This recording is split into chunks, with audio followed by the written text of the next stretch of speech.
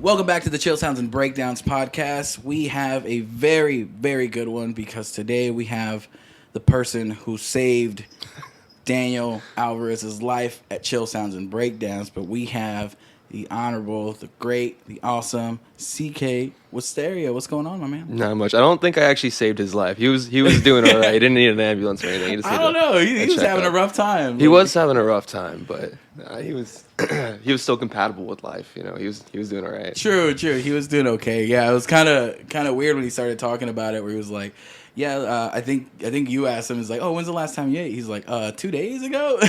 We're like, that might not be good. Like, I don't know. Like, I'm like, I'm not an EMT, but I think I knew that. yeah. So we have like a preset list of questions that we ask our patients that kind of like narrow things down like that. And when was the last time you ate is a big one, because like I'll ask that and they'll be like, oh, last week. Like, oh, well, I know why you're exhausted and can't move around very easy. It entails. But all in all, few little hiccups here and there. Like, it was definitely an awesome day, and glad that you got to be a part of it. Actually, it was really cool that you were out there doing, because I know you do like art and stuff, but you were doing it live. So that's absolutely cool. Do you do that normally? Like, as far as like when you do like pop up events or anything like that? I used to do it. Well, that used to be my day job. I was a street artist, so I'd go to like the Arlington Canal and I'd work out there all day, or the Water Gardens here in Fort Worth, and I'd just like paint there all day. But I don't do it so much anymore. I work a lot more. I'm in school a lot more, so it's mostly commissions. But when I can, I do. Sorry, See, I told you he was gonna Zeddy. Now, if he starts biting, you gotta tell him to get off. Hey, you got it. Calm down. Calm down, man. Yeah, I do absolutely love getting out there and being able to do it in person. Yeah, that's because you were also like showing people like how to do that. I thought that was really cool that you made it kind of thing like interactive. You know what I mean? Where like people got to kind of help create their own art that they're trying to purchase. I feel like once you get involved in like art, especially if like maybe that's not something you normally like get involved with, or you don't normally paint at home or anything like that. It's kind of cool to have someone who does it as often as you do, and kind of knows their way around to kind of guide them through. But I saw a few of my friends like out there like getting little lessons from you and stuff, so I thought that was really neat. How did like your like journey start, I guess, into like art itself? Oh, well, I started like spray painting probably about 4 years ago now, and that was just me coming off of like a bad relationship, and I was looking for like a bit of catharsis. So I started painting then and there, and then I started going, okay, well, I've figured out a few things. I have methods to this. Let's go out and like do it in front of people, because it's like what spray painters usually do. They'll like, obviously they're graffiti artists, but they'll also go out and they'll like do live paintings for like tips and stuff and make a little bit of extra side money. Yeah. So it was just like a natural progression from there to that. Okay. And I love painting with people. Like I'll have people come up to my stall all the time and be like, oh, this is so cool, I wish I could do it, but I'm not creative. And I think that's bullshit. Like everyone's creative, everyone has it. Like if there's like a ladder you have to climb on technique, sure, that's there, but you can work through it easy enough, especially if someone's like, here, do this makes it super easy. I guess because at the root of it, that's how every one of us like got started, and like art, like nobody was instantly like, I guess some people have your natural talent, I guess.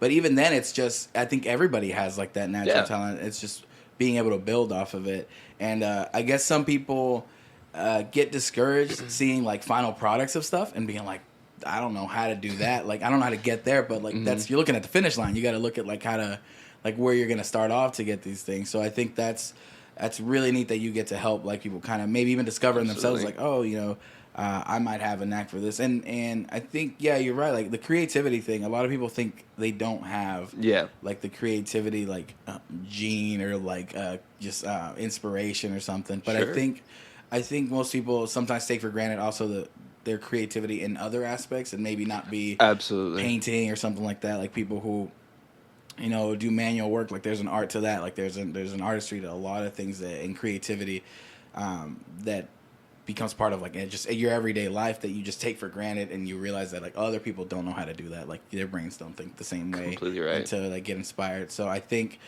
events like the one we have, and stuff like the stuff that you do kind of help bring people's creativity out like that. But So you started off spray painting. Do you is that like just like anywhere you can? Like when you initially started, were you just like trying to find places to go? Yeah, I mean, it's sort of like it started out super illegal, right? Allegedly. Canvas, yeah, allegedly. Canvas is expensive, Rust-Oleum, and a wall is not.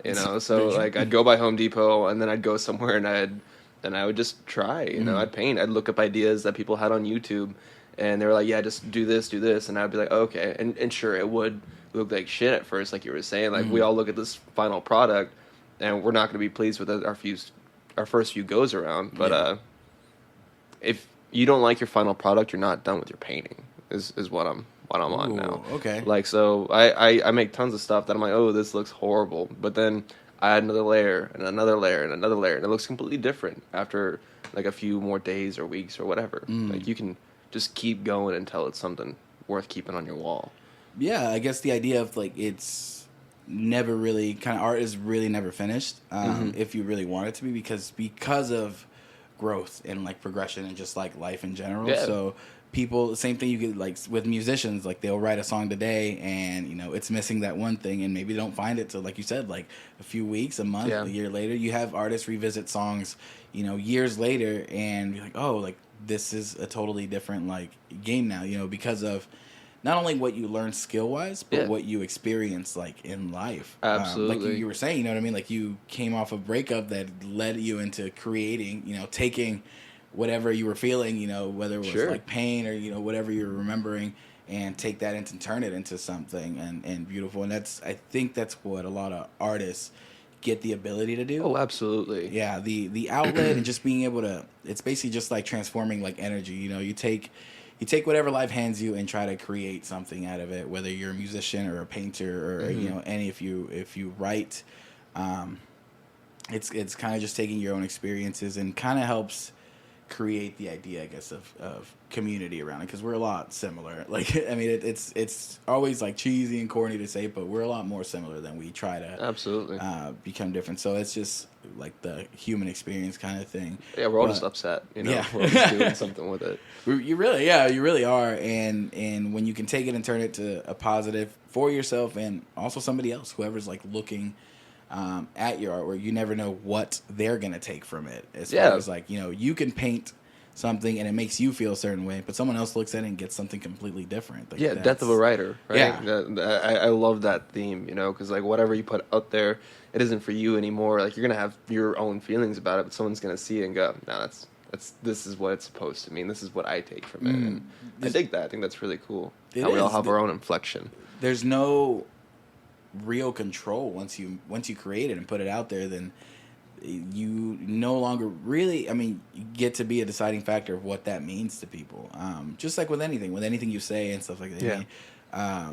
Somebody else can see that and see it different. They'll see it from their perspective, from whatever their life experience has given them. That's what they're going to reflect into what they're looking at, which is like, again, you have something. I feel like once you create art, it's constantly going to be changing forever because of people's experience just naturally just going to change going through life. So that's do you ever, I think most artists don't ever really take that into account when they're actually creating. It's really just like you were saying, like the catharsis, like trying to just get as much as you can out onto canvas, in your case, or like a wall or something. Just but do you ever think about thematically like creating something?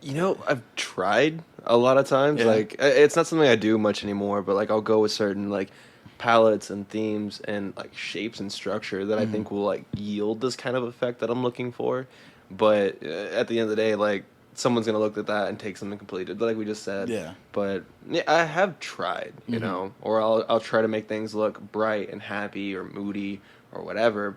But my stuff is all pretty much abstract, unless I'm doing like galaxy paintings or like street art stuff that like people will, it's just a pretty landscape. If I'm doing something that's just like my weird art stuff, I don't know how much theme someone can pull from it, except like a general overall feeling or vibe from it. Yeah.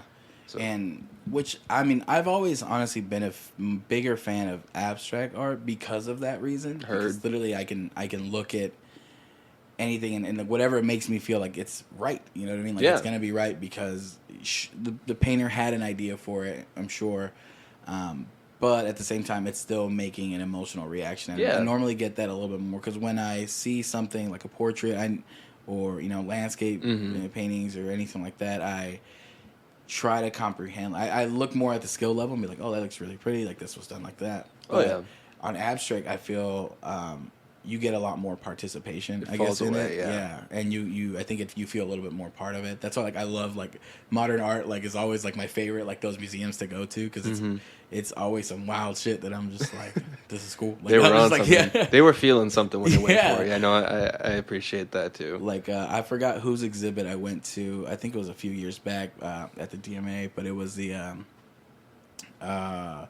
I can't remember her name, but it's the glowing pumpkins in like the room of mirrors. I don't know if you saw that. I can't remember. I did not see that, but that sounds sick. There's like these like glowing pumpkins, and it's a room maybe the size of like this little room here. Okay. And it's just covered in mirrors, and there's just one little walkway, and there's just these glowing pumpkins, but it's dark in there. Okay. The only thing light source is that pumpkin, and there's this feeling of just like, because I mean, obviously, if you don't know how mirrors work, like if you have a bunch of mirrors together, it just looks infinitely. So you just see a giant field of like glowing pumpkins, and there's just like this weird feeling of space. You're only in there for like a few seconds, and you walk back out, and you're like, "What the hell just happened?" Was it like a jack-o'-lantern or like... not carved in? They were just like, I think they were almost like spotted, like they were orange glowing, and they had like little spots all over them. That sounds sick. Yeah, it was super odd. But again, I'm like, I don't know how what's the thought process going making this? Like, did someone just like, oh, okay, like I'm gonna try this? But as far as like what I was feeling in there, because I was feeling like, oh, look how small I am in the grand scheme of things, and just kind of being a part of like all these like weird thoughts that like I started having. And I'm like, they don't have any control over like trying to make me feel that. It's just like, hey, just go in there and see what happens. Like I bet this will be weird for you. Yeah, it's basically. Yeah. I feel like that's the way. It's like, hey, I bet this will make you feel some type of way. And it did, like, mission accomplished again. That's why I love the DMA. They're always like pulling different artists that are kind of weird and I guess eccentric, and like putting them in their spot and putting the spotlight on them. It's awesome to see. Definitely a fan of the DMA because they definitely do that a lot, and I appreciate that of something that someone could take just a bunch of different takes from, because there's no really set emotion that you should have towards it, interpreting. I have seen like some of your art where you experiment with like the like shapes and things like that. When you started doing more abstract things, was that a conscious decision instead of like maybe moving to something like more traditional like art? Or? Well, probably less conscious, more. I don't have a classic training in art, you know. Like I didn't like I took art in school, but that was like design. That it was super bare bones. It was, this is what colors go together. This is what does what. And so like while I have a lot of respect for people that do these awesome portraits and like very technical things, it's just not my road. You know, like and like I've gotten more technical over the years. I've gotten a lot better. My tools are a lot better. What I know how to do is arguably better. So it was more of, this is my natural progression. This is what I can do because I want to do these things. Yeah. And like I'd love to be able to do like crazy, like realistic art stuff, but it's probably just not in the cards, you know. Yeah.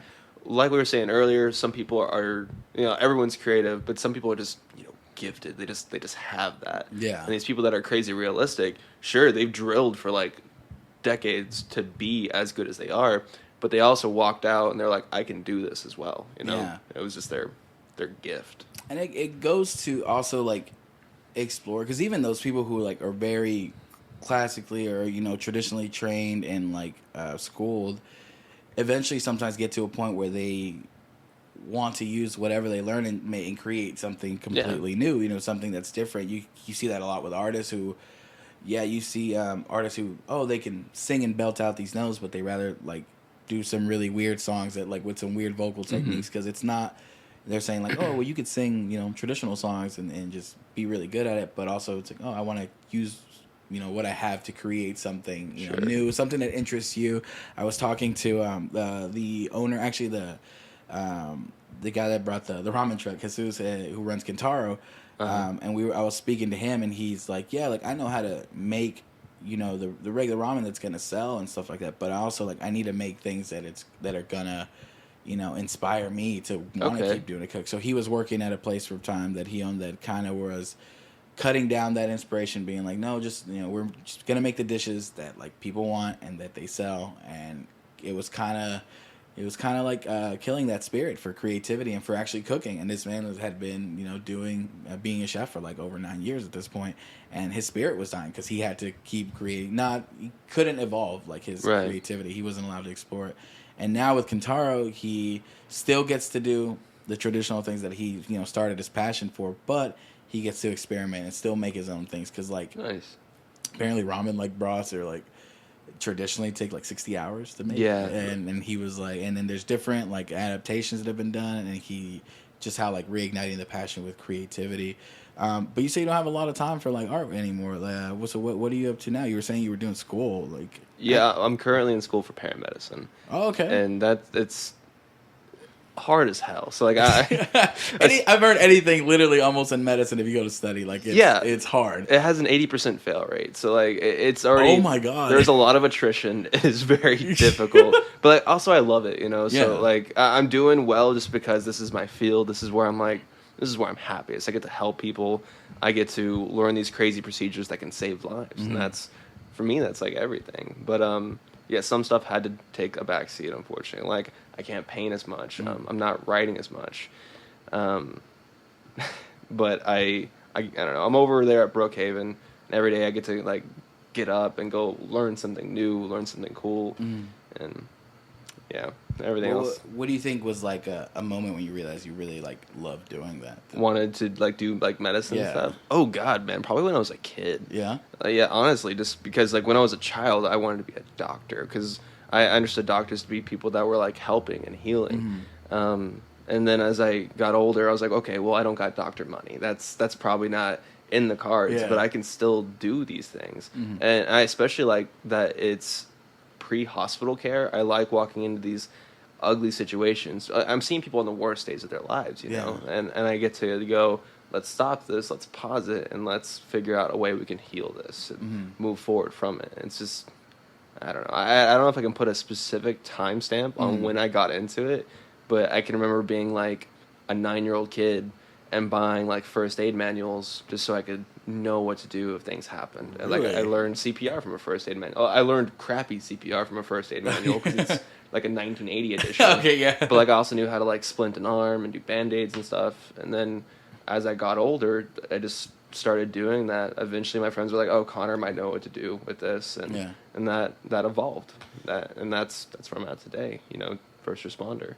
That's true. As a first responder, you do pretty much get to see the situation probably at its worst. You know what I mean? Because you're the first person that shows up on the scene to like to the first person people call, and you're the one that has to deal with not only like the shock of the person just going through whatever they're going through, and then helping them manage to get them, stabilize and try to get them over to like the hospital. But it's your first.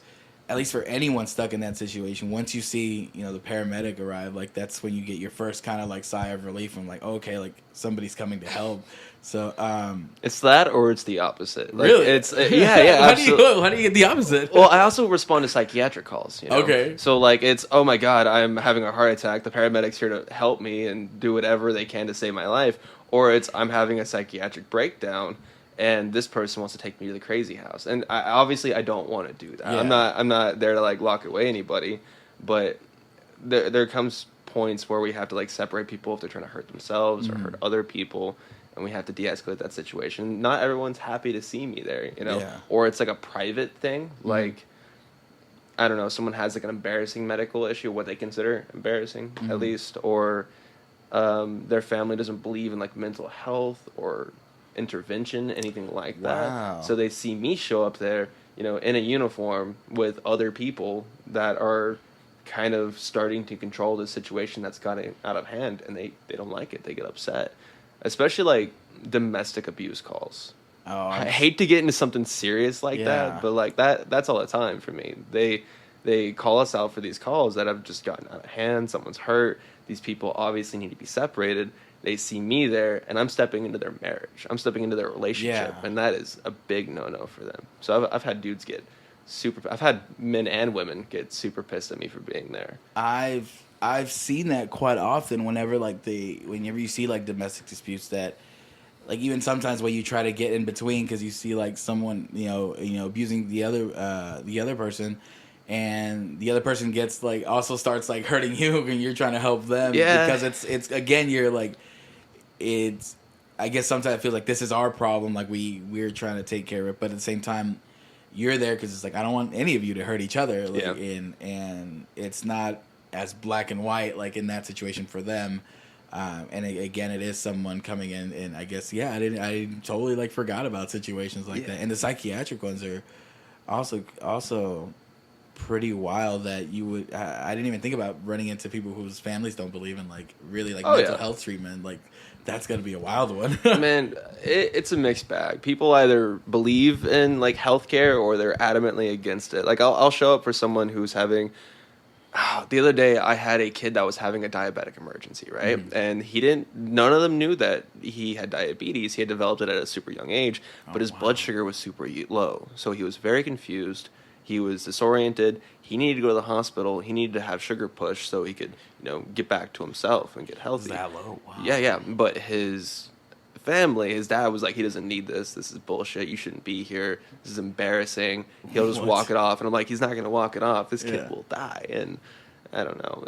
There's always, I can't get too much more detailed, but there's always cases where someone doesn't believe you should be there, doesn't believe you should be helping. And it sucks to see, but it sucks to see because, I mean, the person making the decision, it's like, or even like people probably who don't believe it in themselves, you know what I mean? You might run into like, people were like, what if, the kid was like an adult, but he didn't believe it himself and he didn't want the help. So I guess you have people who themselves want to refuse treatment. Absolutely. I'm sure that's a common thing, but that's kind of rough when it involves like anyone who's not making the decision for themselves, because it can happen, especially, at any age. I actually like have, am diabetic, and I've had that happen to me. Not as bad as that, but I've had where I didn't even understand completely. I was like, I've always struggled with like, oh, my sugar's been high, but I've never struggled with it being low. And the one day it was like, I don't know what's happening to me. I couldn't put thoughts together. Yeah. Like I was like, I can't really even speak like right now. Like I was having like, I try to have lunch like with my girlfriend. I didn't have like an appetite, and I'm just like trying to talk to her, and I can't. She's talking, and I can't really like piece it together. And then it dawns on her because like she's dealt with like someone in her family who was diabetic. And he's like, I think your sugar's low. Like you told me like you're diabetic. And okay, and I tested, and it's crazy low for me. And I'm like, oh, okay. Like I need to pay attention to these things. Yeah. Just in time. We're talking about taking care of each other, taking care of yourself. Oh, very cool. Don't ever not eat for 2 days. It was. Oh yeah. What a. Yeah. We're gonna say it wasn't 2 days. Oh my god. That's my. It's yours. Yeah, I had an award from work that I'm gonna throw in the trash right after this. You gotta throw in the trash. Yeah, man. Like it's just like some corporate. Here, hold on. Oh, let's see. Hold on. It's a 5-year pin, so this is just like a terrible reminder. Isn't that okay? That's funny. We're going way off subject to where we were, but it's fine. That's exactly what I thought when I got like my job, and I've been there for 10 years. Too long, right? Oh man, they gave me a little cube, and I'm like. It's just a reminder that I'm still here. Yeah, dude. I'm not going to hang this anywhere. You think I want this in my house? I don't want to remind myself that I'm still here. They also sent me a mini grill, and that was okay because it doesn't have my company name on it. But like, I'm still not happy. At least about it functions, you know what I mean? Like, this is literally just a little, like, like that, and it's just like, yeah, you're still here, dude. Like, I'm gonna interrupt. I haven't used it yet. What's this plaque? I gave it to myself. Nice. It's not even mine. It's not yours, but it's your name. Yeah. You're telling me... What is it? Because it says, the Automotive International Refrigeration... Oh, it spells air. Anyways, congratulates Daniel Alvarez for earning the extra dollar attendance award. Yeah, the extra dollar attendance award? What the hell is that? How does that, like, what does that mean? Like, did you get an extra dollar for, like, showing up every day? Did he get an extra dollar? I don't know. Honestly, I don't know. I hope so. If that award didn't come with $1, then it's worthless. Is it $1 extra or is it per hour? That's what matters. If it's per hour, just $1. That's probably decent. Here you go. There you go. Now we're looking at stuff. I found it. Nice. Yeah, but Goodbye. are you leaving yet? Okay. Anyways, minus the interruption from Daniel. He's a cool dude. He's a cool dude. All right. But yeah, like it took her really realizing that okay, something's off, like recognizing and something that I wasn't familiar with. But again, I was willing to take help from something. But I honestly probably would have been one of those like no, like why would we like call someone for help rather than and check if someone was calling outside of it. So like I can definitely see that happening. A lot of people don't. And for me, for a lot of years, it was like I didn't want to admit there was something wrong. So it's like, oh, it's weird, but it's just, I even taken upon myself to be like a little bit like you grow up in like Hispanic families sometimes where it's like, oh, as long as you go to the doctor, like nothing will be wrong, like they won't find anything. And it's funny to kid around sometimes, but then when it's like actually like an actual concept that people do, it's a little concerning because it's like no. You know, there's some family members I've tried to talk to, like, oh, you should go, like, so they can like help out. And if there's something, like, do some blood work, you know, start doing some work now, like towards it, and start looking at it. And it's like, nah, like I'm good. And it's just, I guess it's a balance between what people are wanting to actually like help themselves and then people don't want to over worry because I know like stress and I didn't know how much stress was involved into like actually, you know, exacerbating whatever like medical conditions you have, and that's insane. When like, oh, you know, like stress can affect your blood sugar level. It's like what? Like, stress can affect every aspect of your life. Yeah, and that's insane to me how much I did not pay attention to what stress was causing because I'm like, oh, if you stress out, it's just that I was like, oh, stress, it's just mental. I'm just gonna be, you know, stressed out, but it like. You know, physically, it's physiological. That blew my mind when that was finally put together for me. I'm like, so I have to really like once you like start taking care of like your stress and anxieties and stuff like that, you start to see like a way like an increase in just like your body starts responding. Like, oh, blood pressure goes down. Blood pressure. For me, it was like being able to sleep. I was like, wow, absolutely. Like it's insane what like a little bit of. You know, taking time to take care of those, just even just a few minutes of meditation, like when you can, like taking walks. Like that was what started mine. I would just like go outside and take walks and just have a few moments to like, okay, activity, nothing strenuous. I was just like going on little walks, and it was just like, oh, okay, it calms my mind for the, you know, the morning or the evening whenever I was doing it. And I'm like, and it immediately started like yielding results. But stress is insane how much that affects you. It'll put you away. Yeah, definitely. So stop stressing out, people. But you were mentioning that you also write, and I actually saw that you had like some stuff like published before. I think I've had some small things published. Yeah. I'm working on publishing my first like big novel. You know, so like crap. Like I'm aiming that for like December or January this year. Whoa! Yeah, right around the fucking corner. I was supposed to get published a long time ago. Well, I'm self-publishing now. Yeah. But like way back in March, I landed a publishing deal with a house I was really excited about. And then I think we all remember what happened at the end of March, but like that kind of got shut down. Really, sorry, March 2020. I should. Yeah. Oh, okay. Specific. I was like, okay, which March? Yeah, which I hate that. But yeah, no. Like COVID dropped right after. Dropped like it's a fucking album. COVID came out right after I landed this deal, and I don't know. That was world crushing. Wow, I can't imagine. Especially like you're saying it's with like an actual like publishing house that you.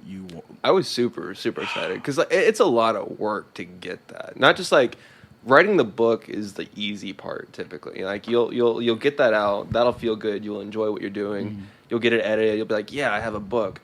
And then you're stuck at that point. You're like, oh, I should do something with it. Yeah. So I reached out to agents because you have to get an agent to get a publishing house usually. And you have to, it's almost like getting into college. You have to write a query letter, which is basically like an admissions essay. And then you'll send that off to them and they'll be like, oh, okay, this book sounds like decent enough that I'm going to put my time into it. I'm going to work on getting you published. So I landed an agent. I was super excited about that. That meant the world to me. It's like I'm doing big things, cool. Yeah. And then they went out and they started like smoothing into a deal with a house that I wanted to work with, and got all the way to like the contract bits, and we're like nailing it down. I'm like, I'm gonna be a real author. This is really gonna go places. It's gonna be awesome. It's a nice house, so I know like I'm gonna make money off of this. And then COVID came, and they just shut their doors for a little while. Wow. They were like, we don't feel like we can take a risk on a new author at this point, so we're gonna step back and we're gonna flood our like established authors with tons and tons of money so they can sell way more books. And wow, man, that is I don't know, that's so hard. I don't know how.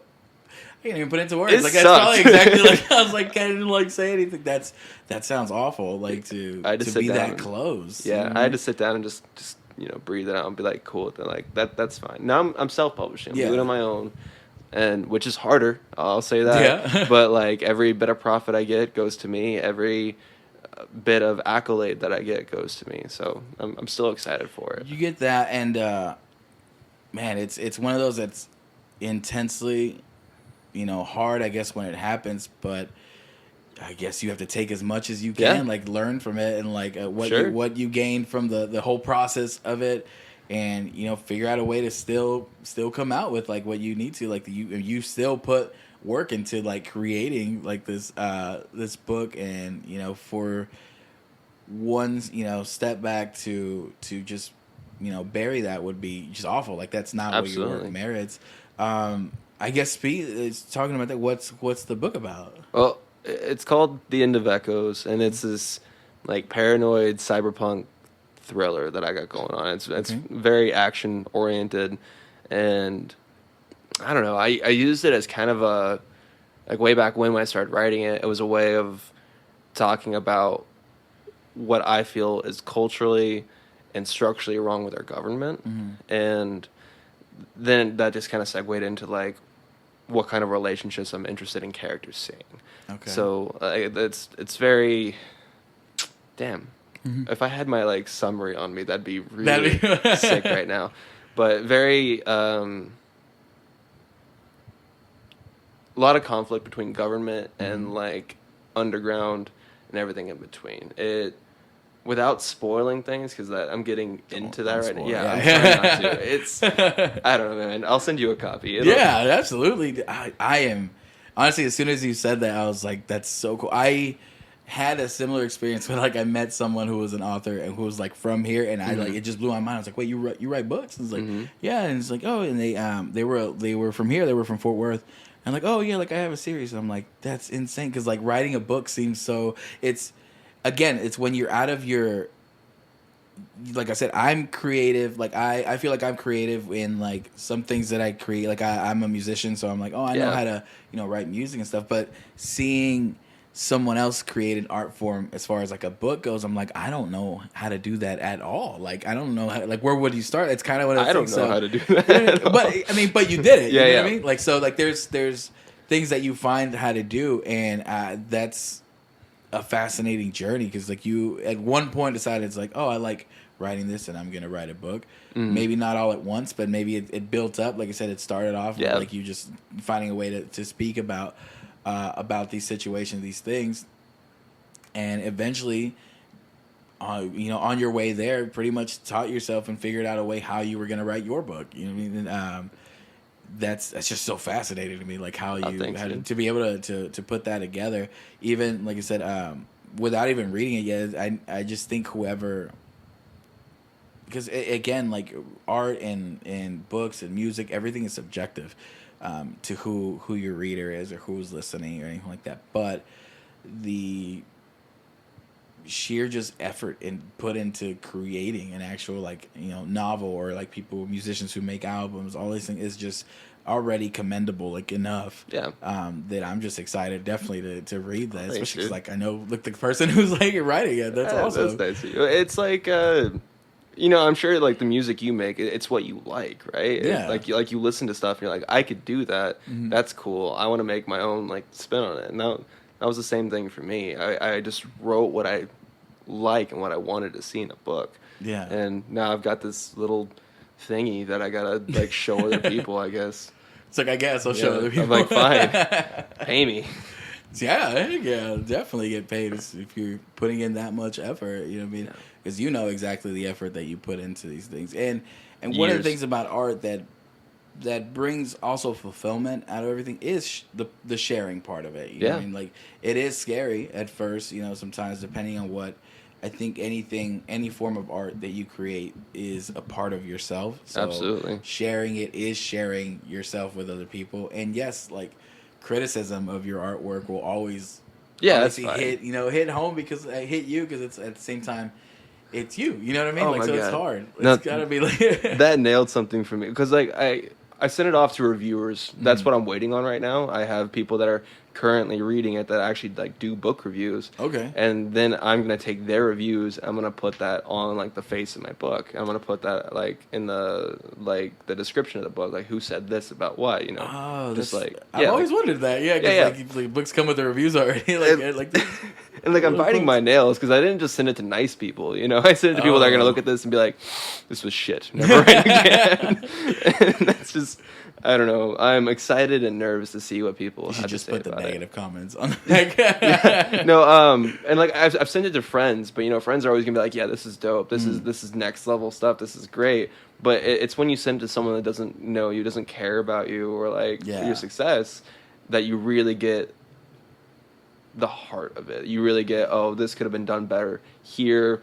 Maybe you should not be stupid here, and just that kind of stuff. And yeah, it's and I guess just being objective about, like I said, if you send it to someone that they don't know you, they don't know like your situation where you grew up, anything about you, then they're just gonna review what's in front of them. They're just gonna read it, and again, that is still their opinion on it, but still you'll get someone's, you know, completely objective opinion. It'll still be subjective based on whatever their situation is, what they prefer, things like that, but at least structurally you might get like some insight. And that's one thing actually I was speaking to a few people now, but I remember Farhad from Pages Turn, we were speaking about that, but having people around you to tell you like what they really, you know, think about, you know, in their case, music, and to be honest with you and honest feedback.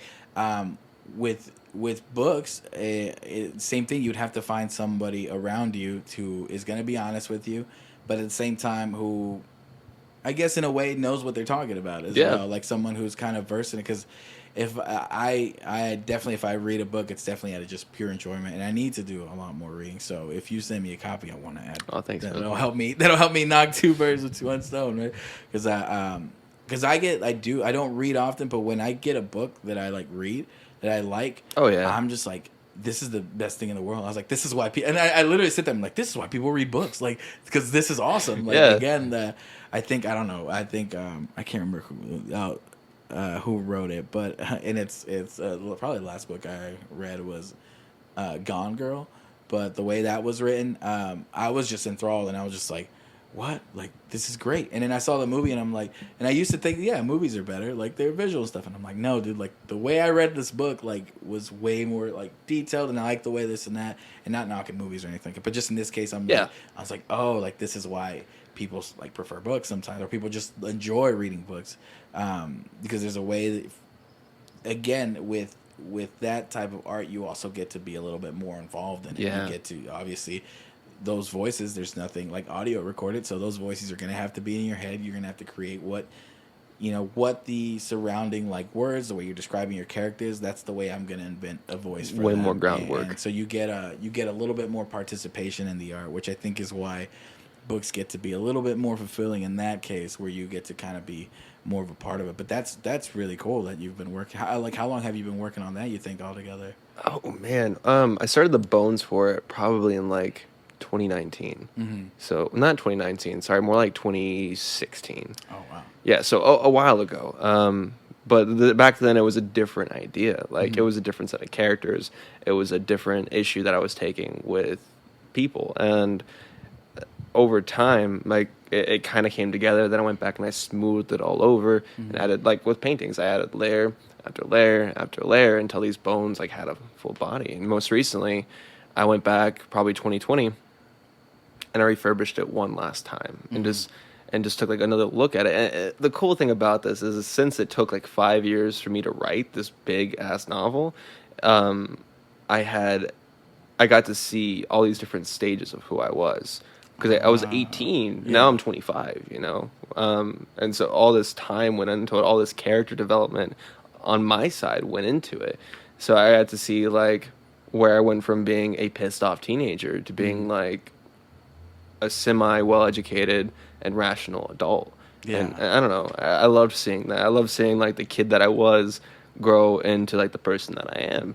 And, like, I've still got plenty of distance to go there, I'm sure, but like I don't know, it was neat to see. Well, that's I mean, what just kept popping into my head was like you watched your own character development through your own characters developing, like in your novel, I'm sure. Like, so that's a really cool way for you to reflect back on, like I said, growth, because growth is so neat to see. It's kind of hard to tell when you're in it, like because we're always in it. Sure. But whenever you finally like take a step back, and you know, in this case, you know, being able to see from 18 to 25 and be like, this is a big difference. And it's like it was all the thing that I've come to realize is like this was all necessary. Like even though like the way you are now is definitely like, you know, miles away from who you were. Yeah.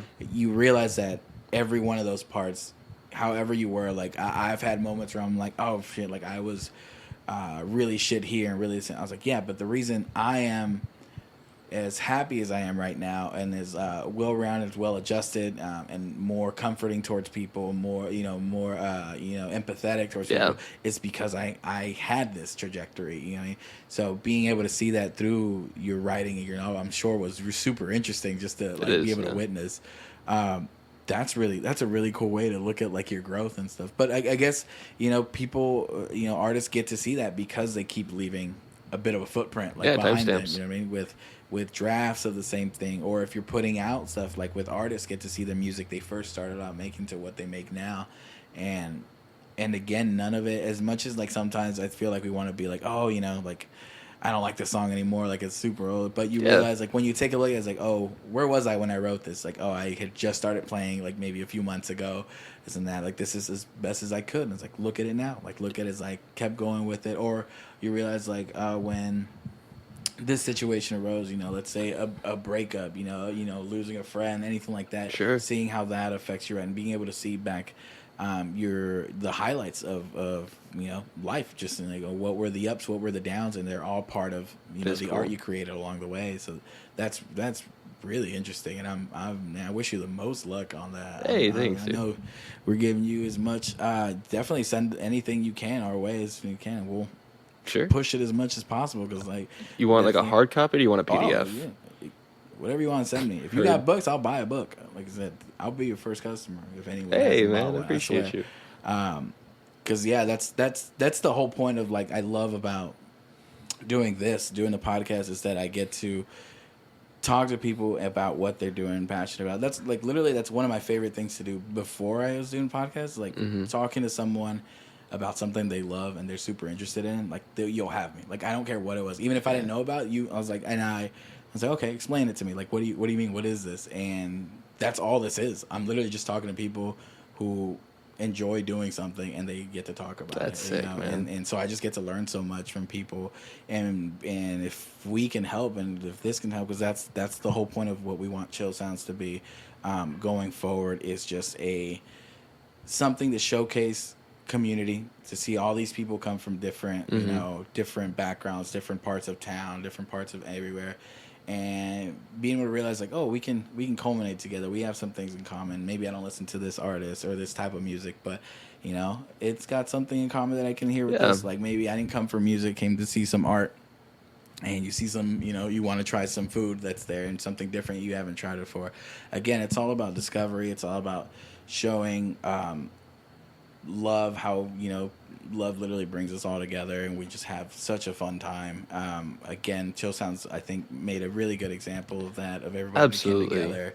And again, man, I just wish you the most luck on all your projects, and you got a lot going on right now, like artistically and professionally, and you got a lot on your plate at the moment. I do, but like, hey, like you were saying about Chill Sounds and Breakdowns, it's a super awesome event, man. It's like one of the coolest things I've seen in years. Like the people that you bring on for like music, they're one thing and they're awesome, but like to throw like vendors and artists and all these other like tiny like niche communities together and make it work, that it's incredible to see. It was. I keep commending Daniel on this stuff, and just the idea. I was like, when did you have this idea? And it's like, oh, it started off as one thing, and it just built from there. And then once you're in it is when you realize what the potential of it was, which the potential was really at the root of it was, let's bring people together who maybe don't normally like go to something together or talk to each other, and let's bring them together and just have a sense of harmony and community around people. And everybody there felt like they were just part of like the day, like they was part of something. It's awesome. That was just, hey, let's everybody have a great time together. And I felt like that's what I felt the entire day. Even like when me and like Daniel had to be running around doing like some of the preparations and things like that, and even like a little health scare with Daniel. We just got to remind him. I'm glad he's doing better. better. Some more. Yeah. I told him that day, I was like, hey, so we're gonna have a conversation about you taking care of yourself. He's like, I know. I was like, no, not today. You go and we're having today. I was like, you feel better, a but later day. Well, I was like, I'm so glad his mom showed up. Like that. No, that's my favorite thing in healthcare. Like when I get somewhere and someone needs something, but they're like, no, I'm good, and then their mom shows, and I'm like, you tell him. You like, tell him what he needs to do. You'll be able to get through to him. If anybody can, like, you're gonna be able to. Absolutely. But yeah, that's the whole point of that. That everything we have planned going forward, including this podcast, including the festival, everything we're trying to build off of is now rooted into that idea, into how do we, help artists, anybody who is doing anything creatively that just wants to get a message out there, get their artwork out there, just get their efforts heard. Being an artist myself, I know how much that means. Yeah. To me, to people like that, to just be heard, to be, someone else gets to see your perspective for a second, whether it's music, whether it's writing, whether it's art, paintings.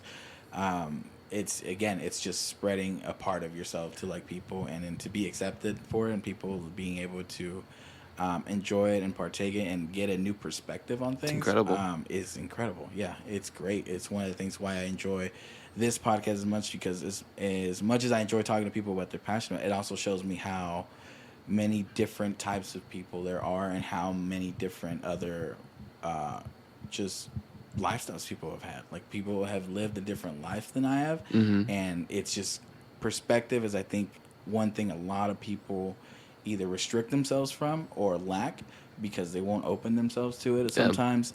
So just speaking to people, I think, to other people who you might, like in this case, like I think this is really like our first time really like sitting down and talking to each other. And again, like, it's something, we were pretty much strangers at this point, and like we just had a very nice like conversation and talked about like different things that even like I'm not a painter, like I'm not like, I don't write novels or anything, but we were able to relate to each other, and that's the whole point of it. Like, in one aspect or another, like, we're all kind of like connected in community and stuff. So I think that's really nice. I think you're doing some awesome stuff, along with saving lives and creating lives with your writing. Oh, creating. I thought you were talking about EMS still. I delivered a baby the other day. What? It blew my fucking mind. Sorry to derail it. No, that's great. Yeah, no, it wasn't. No, it was great. No. It was really cool. But yeah, I delivered a fucking baby the other day, and it was my second time doing it, but like, so sweaty, dude. It was, I don't know, like that's like the ends and the tails of it. But yeah, she called us for like stomach pains, and like she didn't know her water had broken, and she was like, I'm good, I'm sure I'm fine. But then she was crowning, and I'm like, and like, get the OB kit, we're doing some stuff right now. And I don't know, it came out great. Healthy baby. They're doing awesome. They went to the hospital immediately after. Mom's in good condition, baby was in good condition with me, so it was as good as it could have been. But yeah, fucking terrified me. Damn, man, that's some gangster shit. You see the CK Wisteria, man, doing baby calls, delivering babies over here. Don't remind me, man. Baby, like, pediatric and baby calls scare the absolute fuck out of me. I'm like, this better work out for the best. Oh my gosh, and it did. It did. Good stuff. That means, let's take that as an omen. Good things coming. You know what I mean? Yeah. Out of, good things here, man. Maybe not as messy, but hopefully. Yeah, not as messy. Oh my god. But man, thank you for coming all this way and stopping by and talking to me. I definitely appreciate you. As soon as you have anything that's coming out, let me know, and Absolutely. I will do my best to promote it as much as possible. Yes, sir. Definitely wish you the best of luck on everything you're working on, and I'm sure we'll probably have you back here again, and we'll talk some more, man. This was fun. Yeah, man. Thanks for having me. This has been sick. Thank you guys for listening, watching. Look up anything. If you have anything you plug, I don't know if you have a separate Instagram for your stuff. I think you just have yours, right? I just have my Facebook and my art page, but you can find my art page. It's just it's CK Wisteria on Facebook. Perfect. It's there. I'll link all that stuff somewhere. Yeah. But thank you guys for listening and watching. We'll see you guys later. Fast